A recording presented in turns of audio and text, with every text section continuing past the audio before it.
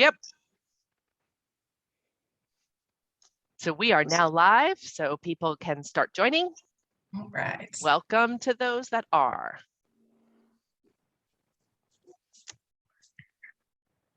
So Clark, when are you coming east again? Oh, can't hear you. Monday? Monday, you're coming in for deer season? Yep. All right. And then we have Nice. a wedding in New Jersey on the 12th. Okay. So you're staying for a while then? Yep. This will be my Nice. third trip back this fall. Wow. Oh, wow. And Maybe you should just move back here. 55th high school reunion in September.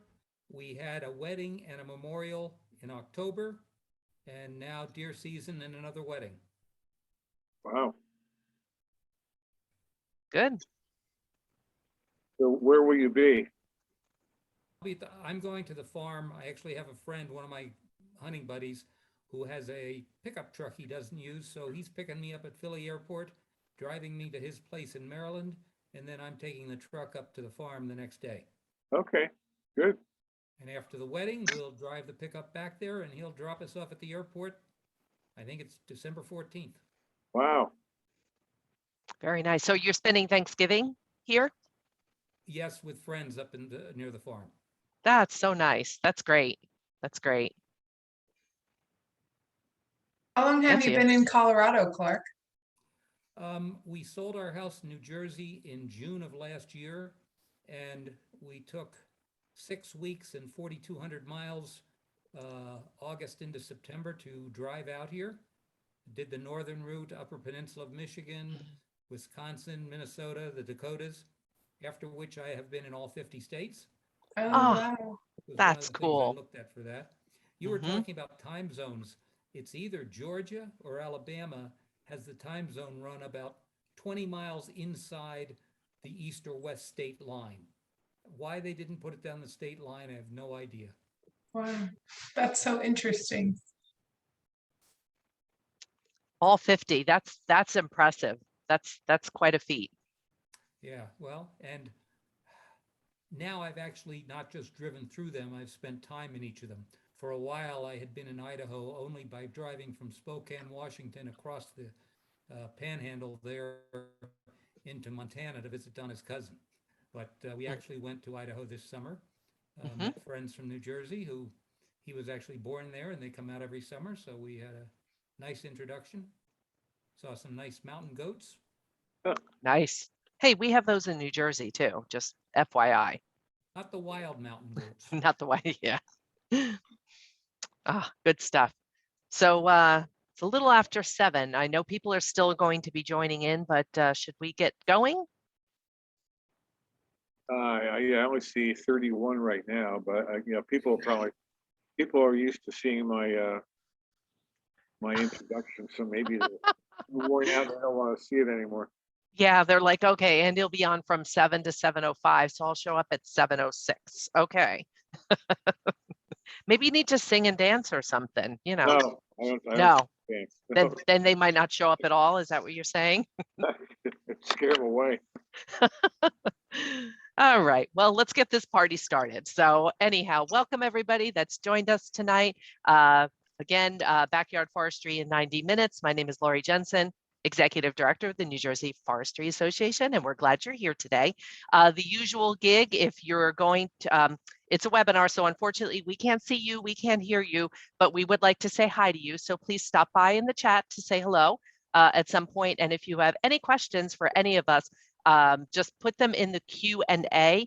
Just click on that button, put your questions in there, and we will be taking questions pretty much after the presentation by Lillian. So do that at any time and we'll address those questions later on. So tonight we're talking about forest carbon markets and how the NCX program works. And I'm going to hand it over to Andy. We're just going to do a little bit of introduction before we begin. So let's see if I can find the clicker there. Hi, Andy. How are you? I'm good. How is everybody tonight? And welcome to our monthly meeting of Backyard Forestry. I'm glad we've got so many people on board and I keep seeing the number going up. So that's a great thing. So away we go. So I changed the slide already. So you want to talk about upcoming programs? Some of them down there from chat. Carol is, okay, there it goes.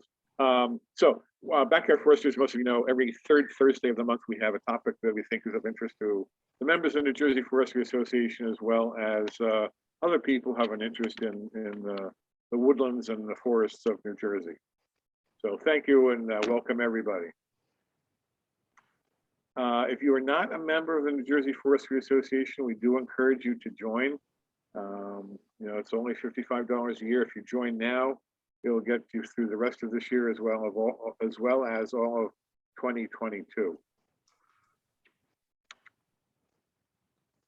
So tonight's we're going to dispense with some of the normal stuff that I go through. We are going to be talking about carbon credits. There's some things that we want everybody to be aware of, particularly if you are a woodland owner in New Jersey. Carbon credits do not qualify as income for farmland assessment in New Jersey. This program is going on in other states as well, but this is an ongoing process. This is the first of what will probably be a variety of other conversations about carbon credits. But we want to make sure that woodland owners know that they right now, carbon credits do not qualify as income. If you are interested in carbon credits, you should be talking with your consulting forester.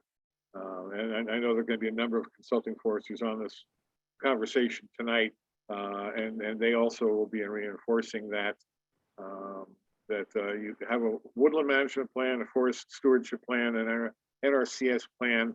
You have to follow that plan. And if you're part of the woodland management plan, you have to have income. The income has to come from the activities that you're doing on your property. So as we get going here, there will be more information. This is just the first of what we hope will be several conversations on the topic of carbon credits. And this is a great introduction. We're really looking forward to learning more about it. And this is the first time we've had a conversation. But we think it's important that we, again, if you are a woodland owner and you have a management plan, be sure to talk with your consulting forester about how this may or may not work with your plan.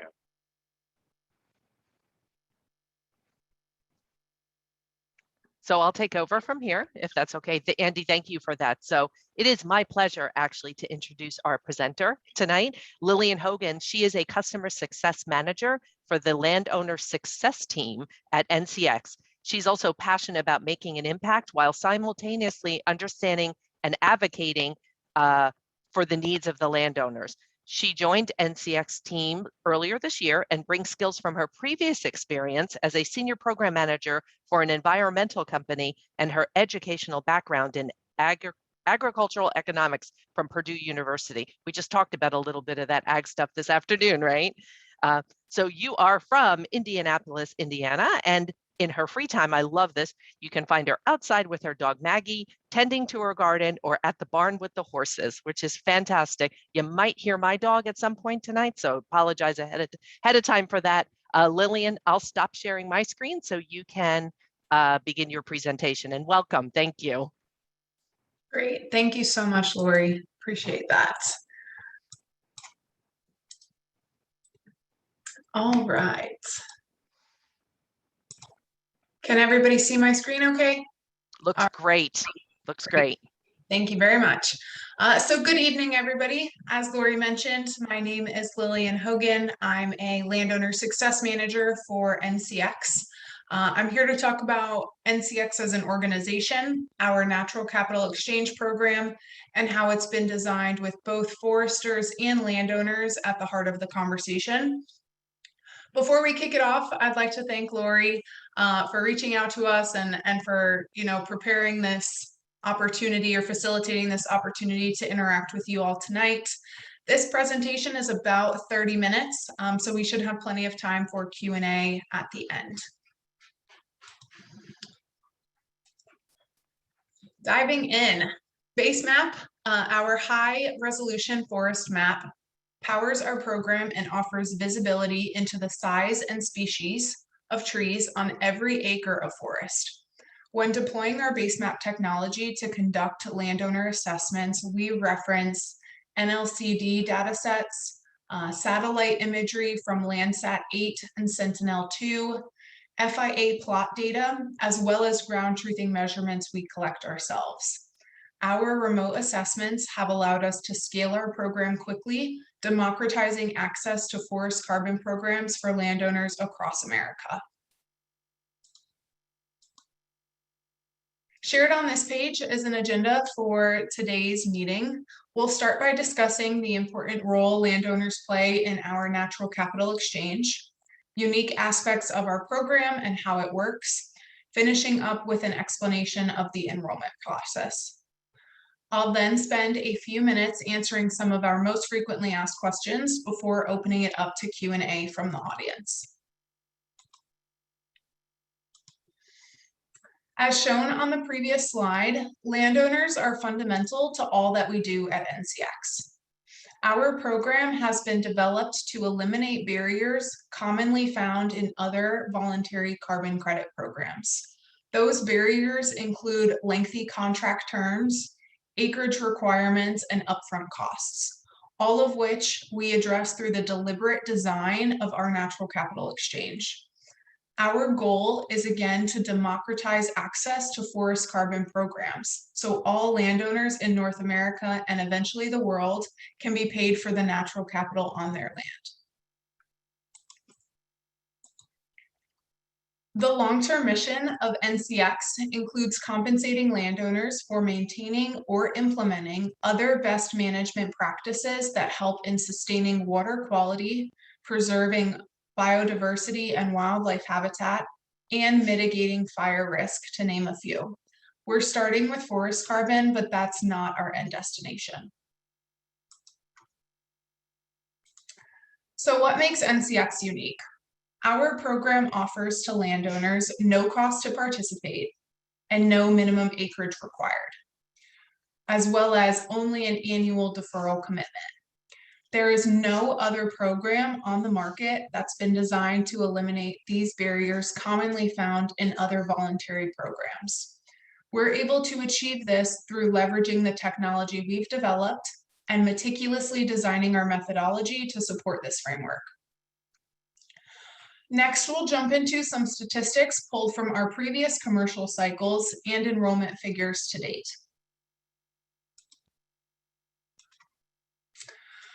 We've had a tremendous increase in engagement and participation over the last few cycles this year. For our 2021 spring cycle, we were open to landowners in the Southeast and had over 300 landowners assessed and about 120 whose bids were accepted. Our summer cycle, which is what's displayed on this slide, expanded to include the Lake States, New York, and Pennsylvania. There we had 1,570 landowners assessed and over 570 had their bids accepted. Our winter cycle, which is currently open for enrollment until December 1st, we've had over 3,000 landowners request an assessment from us for a total of 10.3 million acres. We've been thrilled to interact with even more landowners as this current cycle and all cycles moving forward are open to landowners across the US. There are a few other metrics that are not included on this slide. Landowners as small as 20 acres have been assessed as eligible, meaning they have enough eligible carbon volume on their property to participate in our program. 45% of assessed properties in our summer cycle were under 500 acres. And the smallest eligible participant who submitted a bid in our summer cycle owned 25 acres. So that just is another way of articulating that our program is really designed to support landowners of all sizes. The companies in the bottom right corner are some of the large buyers that have participated in our program thus far. Many of these buyers are aligned with standards or certifications that require a behavior change and decarbonization before using offsets. A great example is SBTI and their new net zero guidance. Companies that adhere to this standard have to have emissions by 2030 and be close to zero emissions by 2050. So when we sell credits to an SBTI aligned company, we know they're changing their behavior and actively decarbonizing.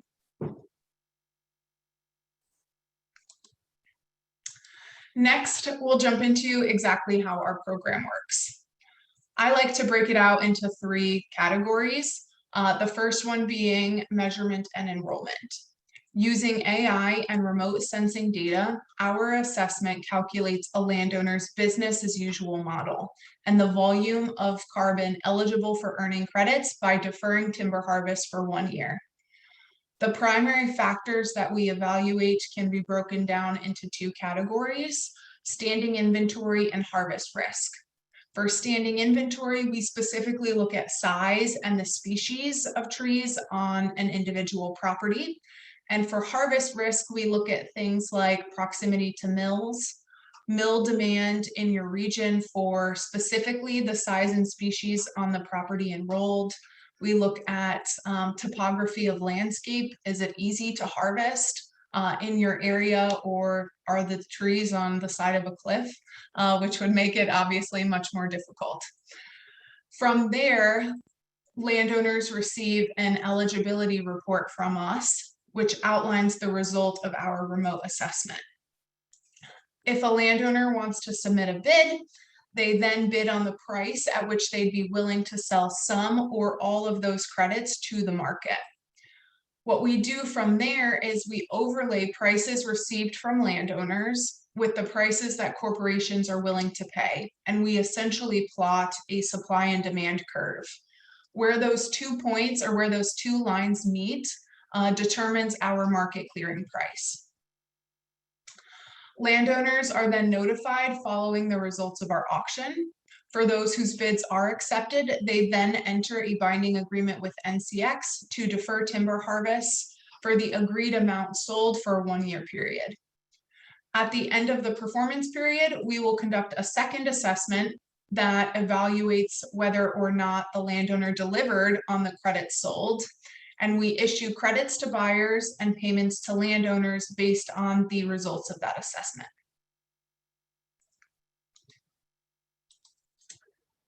Every individual will have different motivations behind their reasoning for participating in our natural capital exchange, but here are some of the most common ones we've heard. The first one being yearly income, being a primary motivator for previous participants that we've spoken with. Additionally, I think it's important to highlight that there are many management practices permitted in our program to include things like invasive species removal, pine straw collecting, and prescribed burns, to name a few. Although our program is designed to encourage and incentivize landowners to defer timber harvest for 1 year, scheduled thinnings can still occur. We just ask that that volume reduction is accounted for upfront as part of the bid process. The last one being environmental impact. Larger trees remove more CO2 from the atmosphere, having a positive impact on the environment.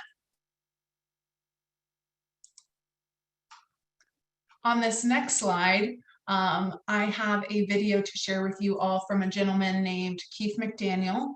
He participated in our spring cycle and resides in Mississippi. He shares how he evaluated NCX and our program, the economics of participating, and concluded that it was a mutually beneficial relationship from both a financial and environmental standpoint.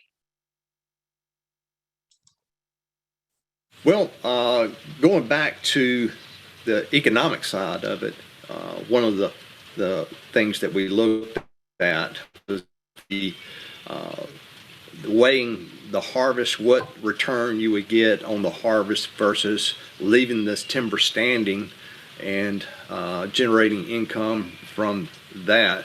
And it also allows the decision that we also made is that with the income addition, that it will allow the timber not to be cut, which in turn allows it to grow longer. And each year the timber puts on volume.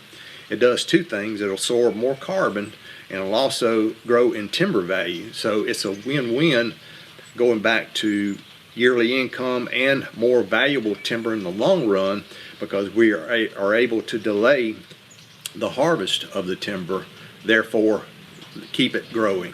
And we can benefit from the hunting. We lease it to the hunters. They can enjoy the hunting of the timber also, but that's what was the deciding factor in getting into the carbon program and the in-capture program. So rather than just hearing from me around, the motivations that we've heard from landowners, we think it's important to hear from those landowners directly, and wanted to include this video so you could hear from Mr. McDaniel and what his motivations were. Well, going back to From a landowner's perspective, there are 5 key milestones of our program, starting first with enrollment and ending with payment issuance. Highlighted above the timeline are important dates specifically for our winter cycle. These will also be displayed on the last slide of this presentation, but as you can see here, enrollment is open through December 1st, and we'll dive into more detail about how to get started in the coming slides.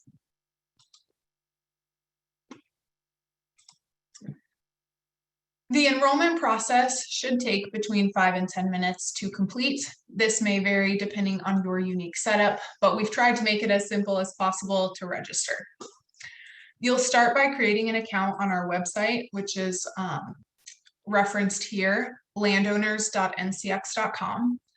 Once you've created an account, you'll provide some general contact information. That will include name, phone number, and email. You'll then provide property information, which can include address or county and state, depending on your setup. As part of the enrollment process, you'll have the opportunity to add any legal entity names if your property resides under a LLC or a trust, as well as providing contact information for your consulting forester.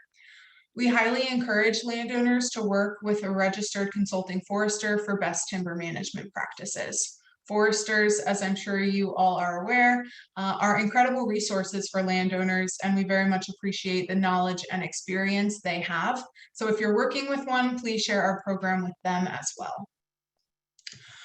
From there, you'll identify your property on our mapping tool using our select parcels, draw shapes, or upload shapefile options. The final bullet on this slide highlights one of our program requirements, which is that landowners must enroll all of the property under their ownership. That requirement helps us maintain the integrity of our program and minimize potential leakage. Once you've provided those details, you'll be taken to the final page where you will need to acknowledge 3 checkboxes that are displayed and submit your request for an eligibility report. Those were distributed in early November and get distributed weekly up through the enrollment deadline of December 1st. Seller agreements, if you request an assessment from us, your seller agreement and bidding will be available at the same time as your eligibility report. I have another video. This one is just a quick one from our platform that shows one way you can use our mapping tool to identify your property. To provide some context before hitting play, we've entered Boone, Michigan, US in the search box at the top.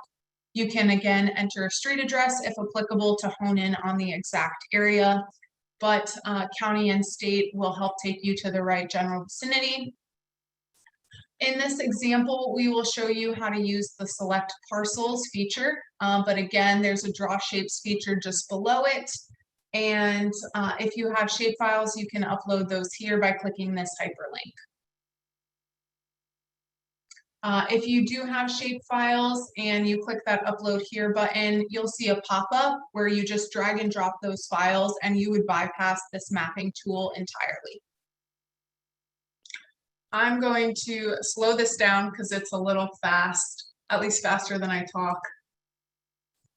All right. So once you have identified the general area where your property resides, you'll click Select Parcels. Doing so will overlay public county tax records to our mapping tool to help you identify your specific parcel or parcels. Once identified, you can click them and you'll see that it changes to yellow. Once all of your property has been identified, click that Add Property button. You'll see that they then change back to blue, indicating your submission has been recorded. Once you click Save and Continue, you'll be taken to the last page of the enrollment process, where you will need to acknowledge those 3 checkboxes displayed, and then click the Request Eligibility Assessment button. That will be the formal handoff to us at NCX to conduct our remote assessment. And again, you'll be notified usually within a week once your eligibility report has been uploaded to your account.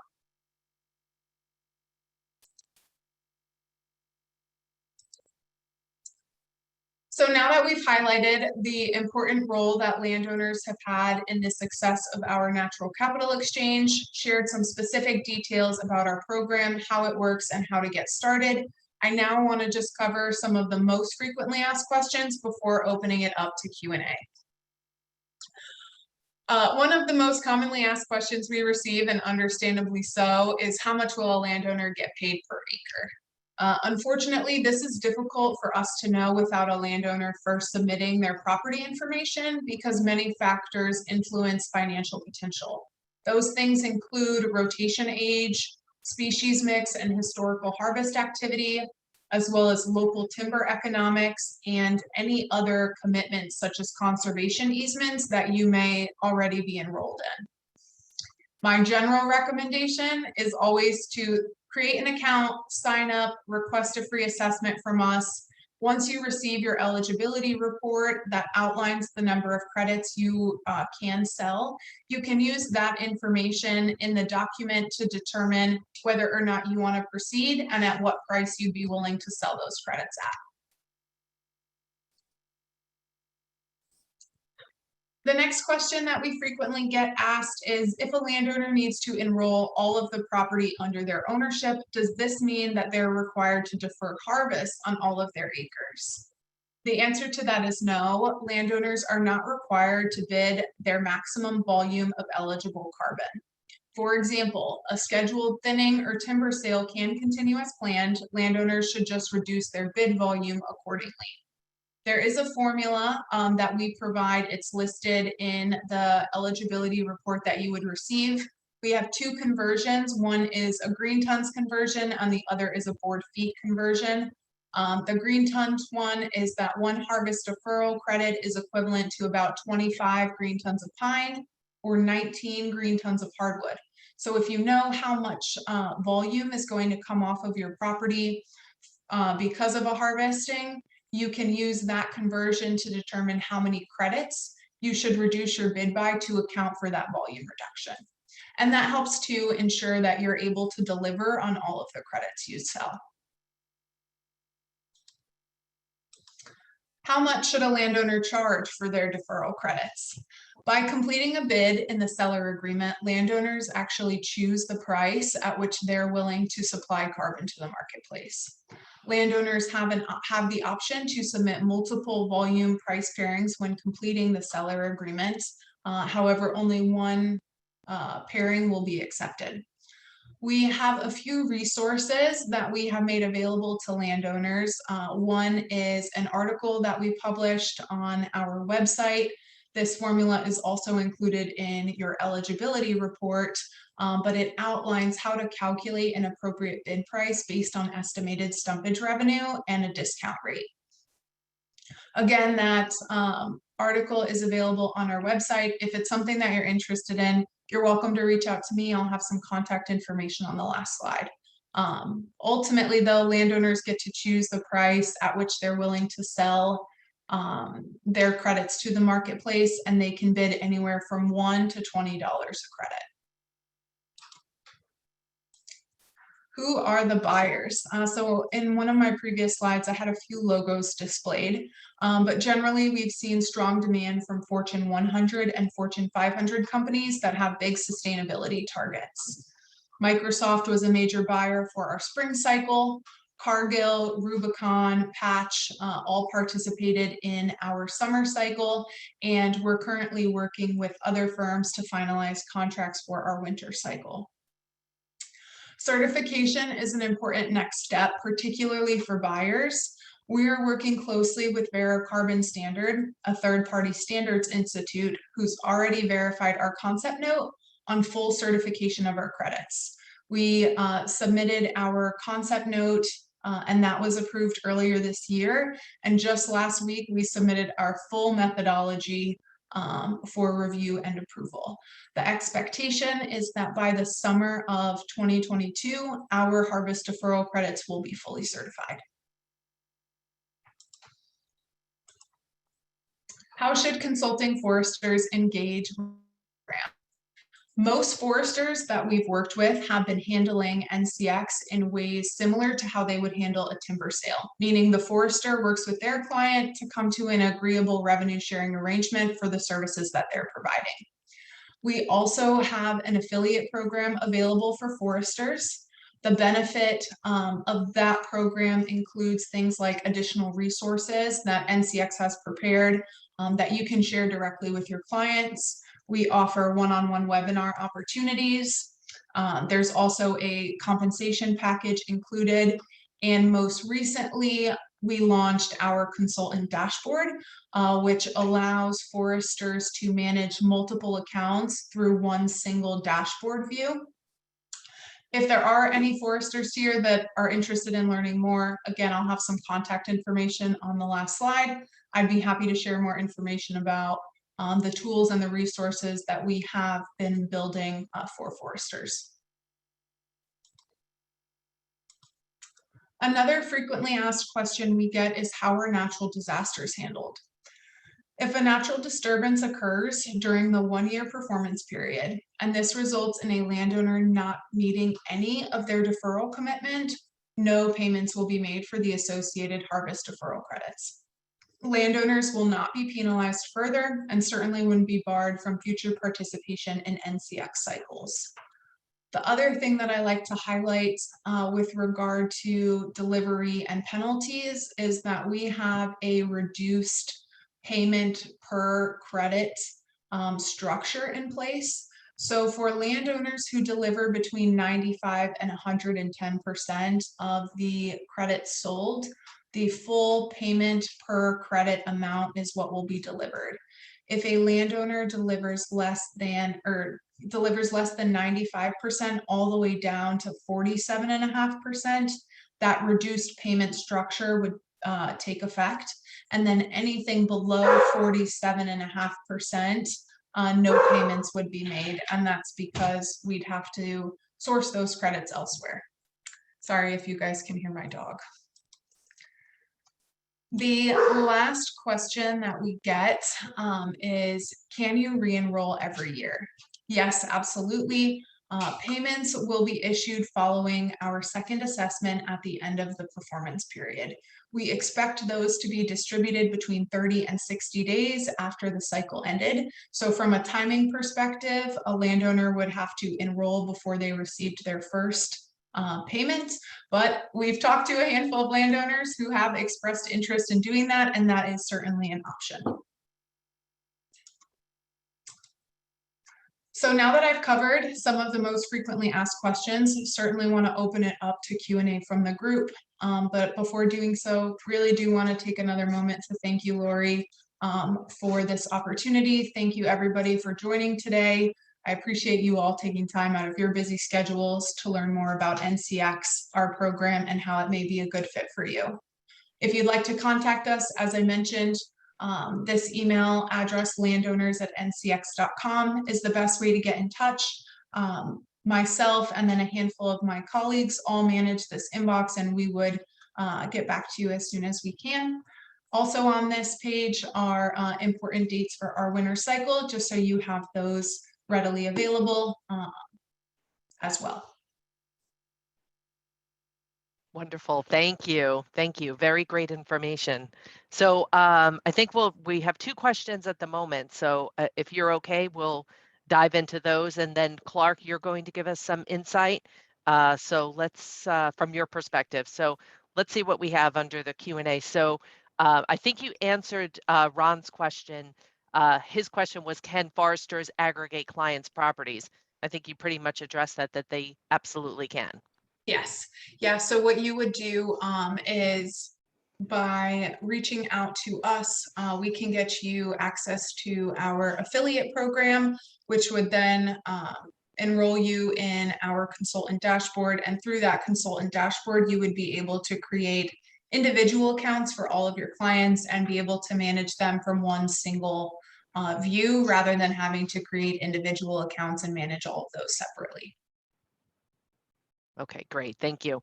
So I'm just going to ask a question, my own question. I know there's been some chat going on. Are you offering this program in New Jersey, and do you have people that are participating currently in New Jersey? Yes, so this program is available to landowners across the lower 48 continental states. I am going to pull up our most recent data to give you some figures for New Jersey specifically.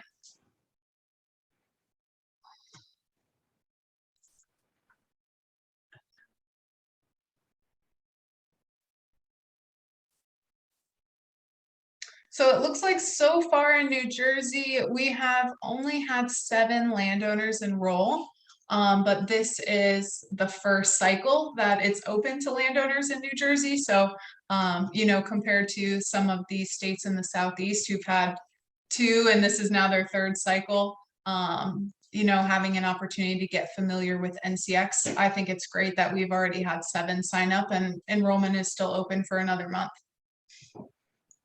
Okay, so actually a follow-up question from Ron. So the enrollment period, you have to enroll by December 1st, which is in like 2 weeks, less than 2 weeks, I think, right? Yeah. And then you have to, when's the next cycle? Like if they miss the winter cycle, when would be the next enrollment period? Sure. So we launch quarterly cycles and they align with the seasons. So right now our winter one is what's open for enrollment. That is going to close on December 8th because that's when bids are due. Anyone who creates an account after December 8th will be enrolled in our spring cycle. And that cycle is expected to run April 1st of 2022 through March 31st of 2023. So they're annual cycles, but we launch them quarterly. Got it.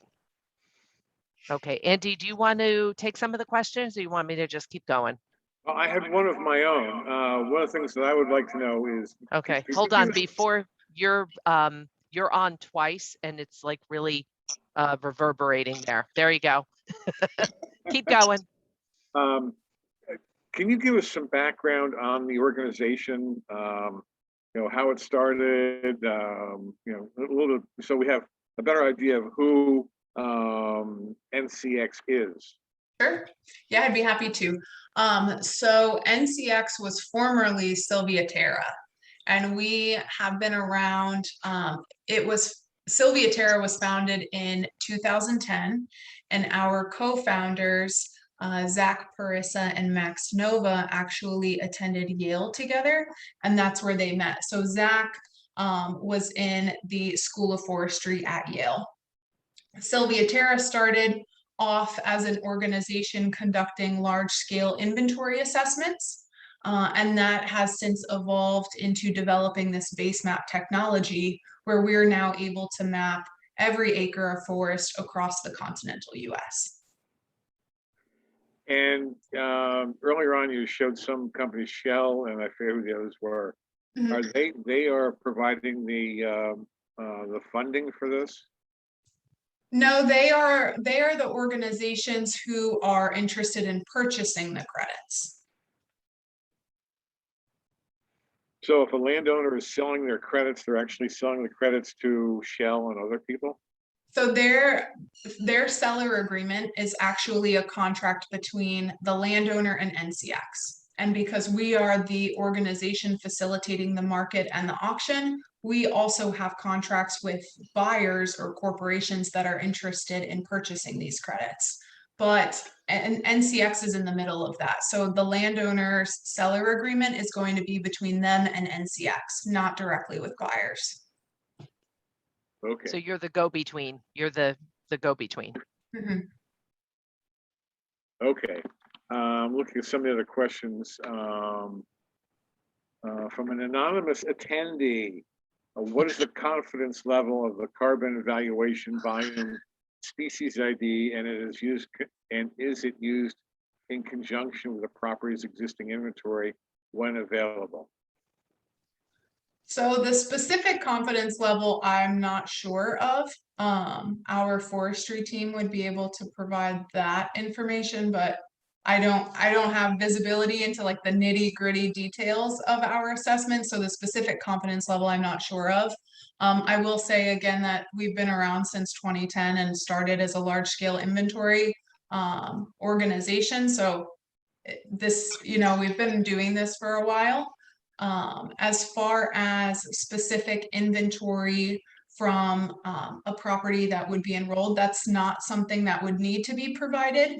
If there's a discrepancy in the number of acres that we assess and what you have as a landowner for your own documentation, then we may ask for some supporting documentation, but that's not necessary upfront.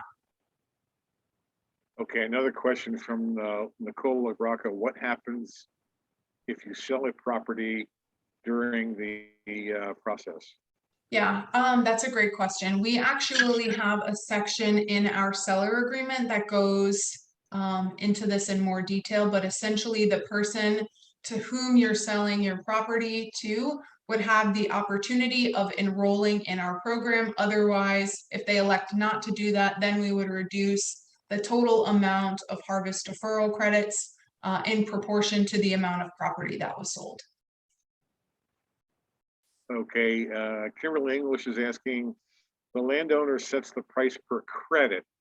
Do you have a case study from a landowner with how many credits their property created and how much those credits were sold for? So we are building out case studies internally to provide some guidance regionally for landowners. So, the number of harvest deferral credits a landowner can expect per acre in New Jersey may look very different from a landowner with a well-stocked stand in Georgia. So our team is working on building out those case studies right now. As far as selling credits, we have published 2 blog posts that highlight the results of our previous 2 cycles. That included the total number of credits that were sold, as well as a breakdown by state and the market clearing price. And we also have Clark on the webinar tonight that can give a little bit of an example from his perspective. Again, Pennsylvania property, but so we'll get some info from Clark too, and how the process was for him. Okay, we'll keep going. We have, yep, we can. You want to jump in now, and then we'll get back to the questions? Sure. Okay. And Hi, then Clark. So can I end with a introduce question. you? Sir. Okay, so this is Clark Beebe. He is a board member of the New Jersey Forestry Association, and he participates in this program with NCX. So he's a perfect example of a case study, if you will. So again, thanks for being here. What would you like to share with our attendees tonight? First of all, I'd like to back up what Lillian said about how fast and easy it was. My forester signed up on a Sunday. He said it took him less than 15 minutes, and I have 8 different properties in 2 different names. So he had some complications there. And that was on a Sunday. I think it was Thursday night we got the offer. So 4 days, they had 1, scanned the property, 2, checked with the courthouse that I actually owned those parcels, and made an offer. They enrolled, I believe it was 295 of my acres for just under 400 credits. And in talking with them and writing back and forth, I had asked about the bidding process. And one of the things that they said was, at the time, the price was $1 to $30. Now it's $1 to $20, I just heard. Mhm. But they said last year, most sales went around $12. The lowest price was $8. So I wanted to sell all my credits. So I bid at $8, but just because I bid at $8 does not mean that's what I get paid. Because when they aggregate my credits, my roughly 400 credits, Microsoft might buy 10,000. And if they pay for the 10,000 at $12, then I get the $12. So I bid the low end just to ensure that all my credits were sold, expecting, and actually it did come out to $12, that I would get a higher number. The other thing I was going to say is my forester was happy because he will get a 2% override on my credits. And he said that was more than enough compensation for his 15 minutes of effort. And he did say he was going to look at other properties that he considers. And I do intend to re-enroll this coming spring for the following year. It seems like a smart thing to do with ongoing one-year jumps because most forestry runs in 15 to 30-year leaps. So just keeping the trees there for another couple of years is a positive thing. I do have a question for Lillian, and that is, you said that smaller stems were eliminated. And I know that happened on my property, excuse me, because I have 90 acres of young successional forest that my father actually planted from seed. He put nuts out, wild nuts on 6-inch centers on 2-foot rows, 30 acres a year for 3 years. And I have between 10 and 20,000 stems per acre on much of that land. And it was eliminated from the plan, but I have done some reading to say that multiple smaller stems actually add and sequester more carbon than larger, older stems. So my question is, why are you eliminating the younger populations?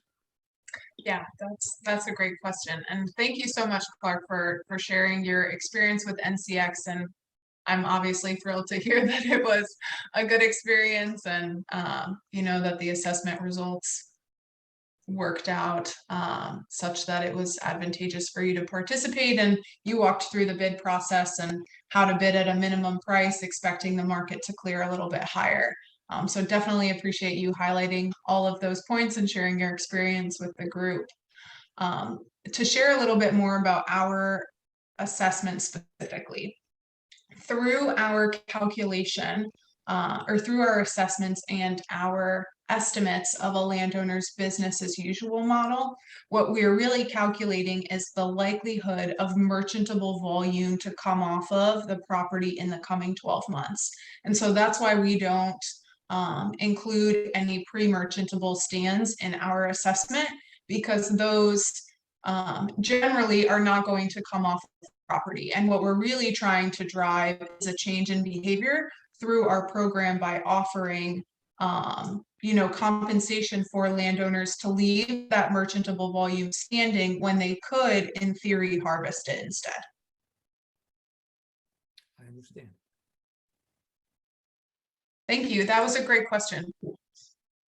Maybe that can be phase 2. Yeah. And as I mentioned on the slides, we are starting with forest carbon, but really the goal of NCX is to help landowners manage forests in whatever capacity makes sense for them based on, whether or not there are bodies of water on their property, or whether, there's a big wildfire risk in their region. It's the end goal is really to evolve our natural capital exchange to support all types of ecosystems, not just forest carbon.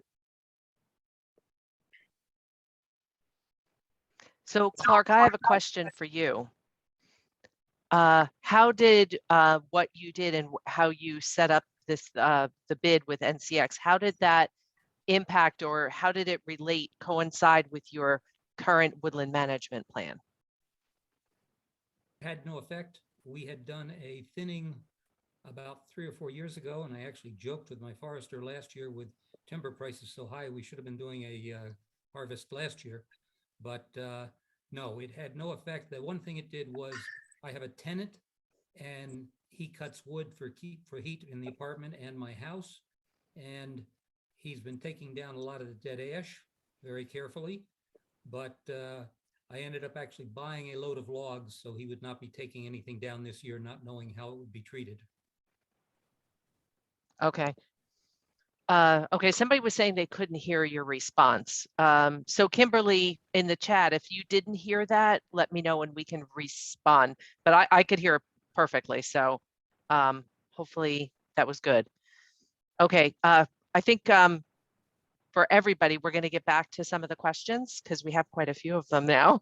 So Kimberly wants to know, oh, wait a minute, I think we did this. Yeah, sorry. We answered that one. We just gave you your case study. It's perfect. So Charles wants to know, you say landowners must submit all owned properties. Must non-forested properties such as residential properties also be submitted? So it is not a requirement that property that does not have any standing timber on it be enrolled. You know, we've worked with some individuals who operate in kind of like the municipality space, and we instructed them like there's no need to spend the time in identifying all of those parcels. If there's no standing inventory, it's not going to generate any HDCs. But the general guideline is that landowners should submit all of the property under their ownership. As Clark mentioned, we do a verification process on our end for a number of landowners whose bids are accepted. So ultimately, you'll want to be able to provide documentation that shows that what you enrolled does reflect the property under your ownership. So there's a little bit of a gray area, but the general guidance is if it's under your ownership, it should be enrolled. Another part of that question could be, does the property have to be completely forested, or can there be structures on the property? There can be structures on the property. If there's standing timber on it, regardless of whether or not there are other structures on the property, it should be enrolled because it'll have an impact on the number of harvest deferral credits that will come from our assessment. I do have structures and I do have some fields that are not forests and not forested, but I enrolled everything and then they chose which acreage to allow. Mm-hmm. Yeah, as Clark mentioned, there's actually a map that gets included on the seller agreement that visually displays what areas of the property identified were deemed eligible and ineligible. So the structure or the areas with the structure or the pre-merchantable timber would all be assessed as ineligible. That makes sense.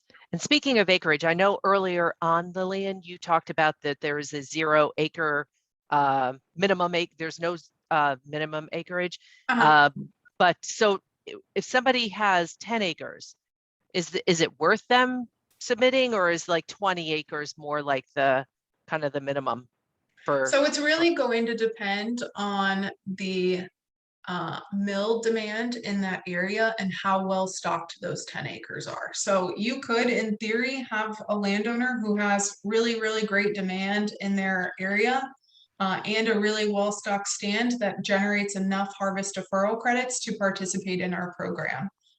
You know, you could have somebody who has 40 acres and sparse stands and be in North Dakota where you don't have the same kind of demand, and they may be assessed as ineligible. It really just depends on that standing inventory and harvest risk components of our assessment.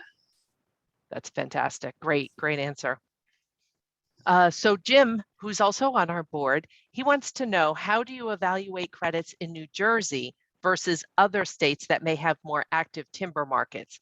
So will New Jersey landowners get a lower credit per green ton of hardwood than, say, Pennsylvania? And you kind of answered that a little bit in what our response before, like North Dakota, there's not as much of a market necessarily. Right. So there will be regional trends based on demand in those areas, but from our standpoint, one harvest deferral credit in New Jersey is the same as a harvest deferral credit in Georgia or in California. What's going to change is the number of harvest deferral credits that come out of our assessment, since those are based on regional trends such as demand, mill pressure, things like that. Okay. Okay. Jim, if that didn't answer your question, let us know. Yeah. So Randall was looking for like a general range of what kind of credits he might get for 50 acres of mixed hardwoods. It's probably hard for you to determine. He just wanted to know if he would be wasting my and your time going through the enrollment process. What would your suggestion be there? I can see. So for the New Jersey landowners that have enrolled so far, they have averaged, and this is just an average, so it's very much subject to change based on the individual characteristics of the property enrolled. They have averaged 1.1 harvest deferral credits per acre. So just to give you a little bit of a ballpark on what to expect, again, you can choose a bid price that works best for you. Worst case scenario, you bid too high and the demand isn't there on the buyer side. What happens is, in that instance, your seller agreement is void. Your account is still available. You can request another assessment to participate in an upcoming cycle. But essentially, we didn't have any buyers that were willing to pay the rate that you would need to be paid to make our program advantageous. So you're under no obligation to NCX. We simply void the seller agreement. Okay, wonderful. I'm going to try to combine a couple questions into one thing. I think they work. Maybe, we'll see. Okay. So somebody wants to know, are Shell and Cargill using these credits as offsets? How does, not you personally, but NCX, how does NCX make its money? Mm-hmm. And do the companies buying the credits pay you? Which I think I know the answer to that. So Yeah, let me repeat that, or? No, those were great questions to bundle. Okay. So I admittedly am not entirely sure if Cargill and Shell are using our credits specifically as offsets, or if they're applying them in some other capacity to their existing business model and the goals that they, have agreed to. Unfortunately, my interaction with the buyer side is pretty minimal because my role involves directly interacting with landowners and foresters. So unfortunately, I don't have a great answer for that question. But as far as how NCX makes their money, we do take a portion of, we take a percentage of the payments that buyers make to us, kind of like a sourcing fee for connecting them to these landowners who are willing to sell their credits. And then was there a third question, Lori? No, I think, it was, do the companies buying the credits pay you, which is basically, yes. Yep. how that works, which makes sense. So, okay. So now we're going to go into other places that might also be available for this. Is it just private landowners, or can government entities apply? Parks, green acres, other conservation properties eligible? Yes, they are. So we have I have a team member who specifically works on our, like state agency relationships. So any kind of state land that could be eligible for our program. He works specifically with those folks, as well as universities, that have forest programs and things like that. So our program isn't restricted just to private landowners, although I'll say that that's, our primary audience as of right now. Wonderful, wonderful. Let's see. Andy, you want to take over? Because I'm doing a lot of talking. Yeah, there are a couple here. There's one about someone has recently done a small harvest. Can they still apply? And as part of that also is another one. Does merchantable stands include firewood, light milling on site? after the hurricane. I'm not aware of wood mills within a reasonable mileage from Morris County. That's, you may not be familiar with the New Jersey mills and all of that, but I guess the big thing is if you had a harvest and if you've done some work, can you still participate? Yeah, absolutely. Thanks, Andy, for those questions. You're right. I don't have any real exposure into markets specific to New Jersey or in your area. But as far as harvesting is concerned, if you have harvested, you're still welcome to enroll. Our base map technology was last updated June 1st of this year. So any harvest activity that has occurred since then or would occur during the performance period, so that 2022 calendar year for our winter cycle, should be accounted for, and your bid volume should be reduced to reflect what came off of the property. I shared this earlier, but the conversion is 1 harvest deferral credit is equivalent to about 25 green tons of pine or 19 green tons of hardwood. So you can use that formula to determine how much volume that equates to in terms of harvest deferral credits, and just make sure you reduce your bid by that amount. Another question is, do the companies who purchase the credits know whose credits they are buying? And No. do you provide a list of homeowners or landowners? No, we do not share that information with buyers for privacy purposes. The only information I know that buyers have expressed interest in potentially sourcing credits in this manner is geographically based on where they're operating.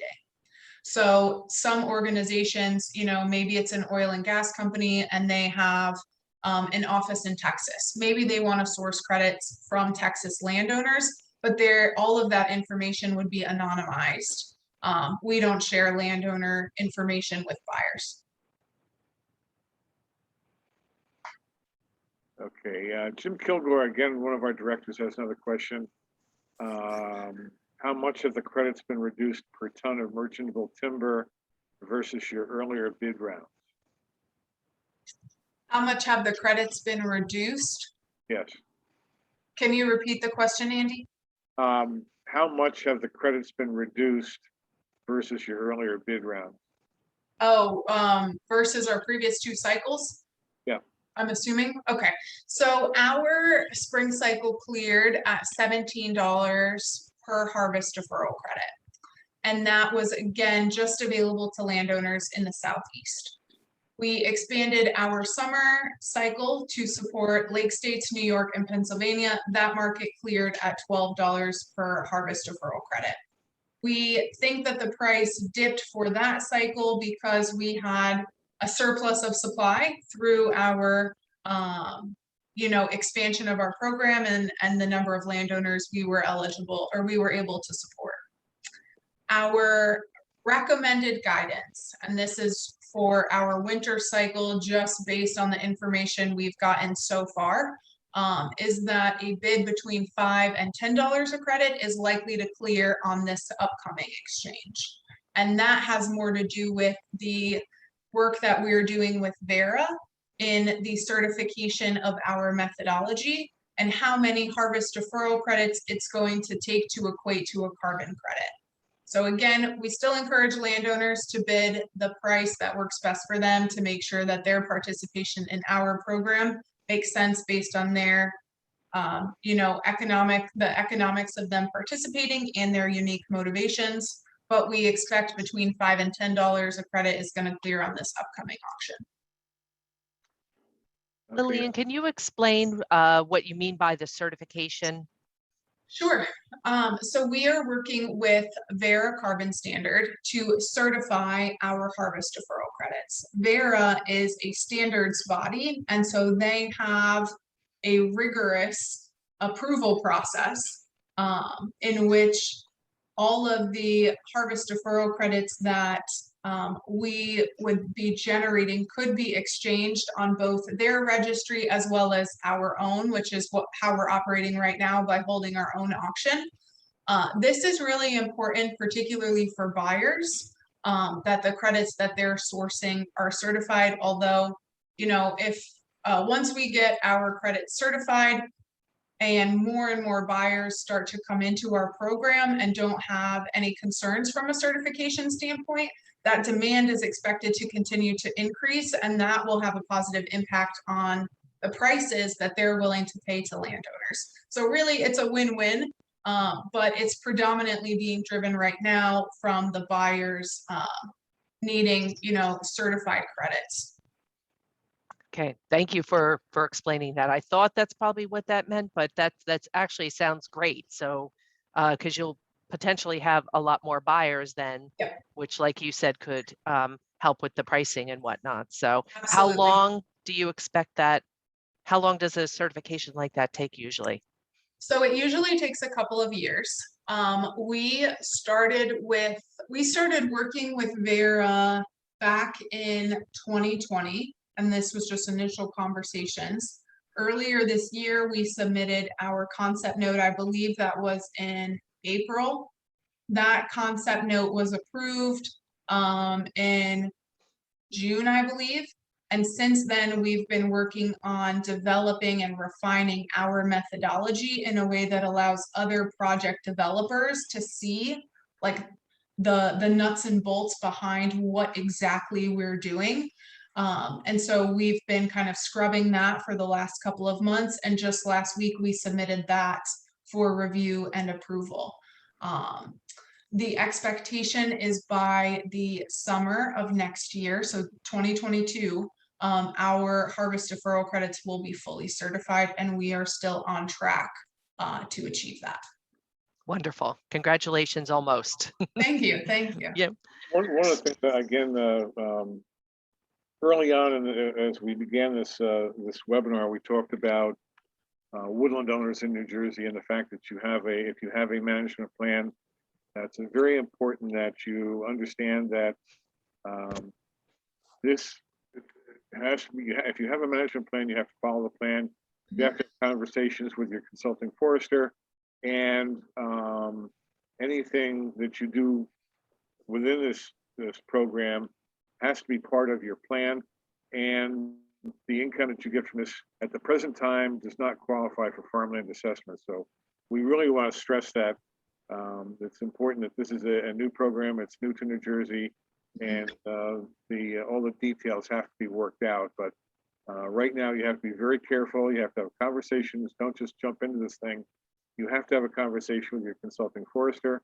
And as I said earlier, this is the beginning. We will have more conversations regarding this program going forward. But just don't jump into it without knowing what you're doing. Thank you. Makes Andy. sense. Yeah. Yeah, definitely makes sense. So I think two quick questions, and I think we can probably wrap it up. Is somebody wanted to know, anonymous again, do you do anything else with the personal information provided by the landowners, or is it just to determine carbon credits? Yeah, it's just to determine credits. There is no sort of information sharing. I've actually gotten this question because Microsoft is one of our investors. There is no sort of data sharing with Microsoft or any other third party. All of the information that you provide in your landowner account stays there and it doesn't leave. Okay. And then also, John wanted to know if are there many other companies providing this ability to sell for credits as you are? And so Anonymous also said, does NCX have any competitors? And maybe speak to some of the other companies and some of the differences in the parameters as far as like commitments and stuff like that. Sure. So our program is the only program that has the same program highlights, or has the program highlights that we say differentiate us from other programs. So the no acreage required, the annual contract term, and the no cost to landowners is unique to this marketplace. There are other forest carbon programs that are either available to landowners or are in their pilot stages. Most of those either have upfront costs or an acreage requirement. So or they have a longer contract term. So again, NCX's is the only one that has the type of program highlights that I spoke to earlier. I think the competitors are Finite Core Carbon. I think they're launching a pilot program right now. I don't know where it is. I know that AFF also has a forest carbon program. I believe there is a cost to participate in that, and there's a minimum acreage requirement. Those are the two that I know of offhand that are competitors to NCX, but their program design is different from ours. So I really just like to hone in on the things that we're doing and what sets our program apart, and then let landowners choose, the program that best suits what their specific needs are based on the conversations they're having with their forester, their management plan, and things like that. But NCX is the only one that offers an annual commitment. Okay, we handled all the questions. Pretty good, huh? Yes. Yes, we did it. Andy, anything else? No, There is very interesting topic. One of the things that it's new to all of us, so it's a something that we need to learn more about and kind of watch it as it goes along. Mm-hmm. And it's very good. And Lillian, thank you very much. It's been very enlightening to learn more about this. Oh, well, thank you so much for the opportunity. I appreciate everybody who joined us tonight and had a chance to listen to this presentation and pose some thoughtful questions. Thank you, Andy and Lori and Clark. Very much appreciate you coming on to share your testimonial based on your experience with NCX as well. It's been a real pleasure. okay. Thank I'm you, sure we'll and talk welcome, again. Alex. Thank you. Well, thank Great. you, everybody. Yep, thanks for joining tonight. We'll hopefully talk to you soon. And Lillian, thank you. And we'll definitely stay in touch. All right, sounds great. Thanks, All everybody. righty. Take care, everybody. Good night. Bye-bye. Bye.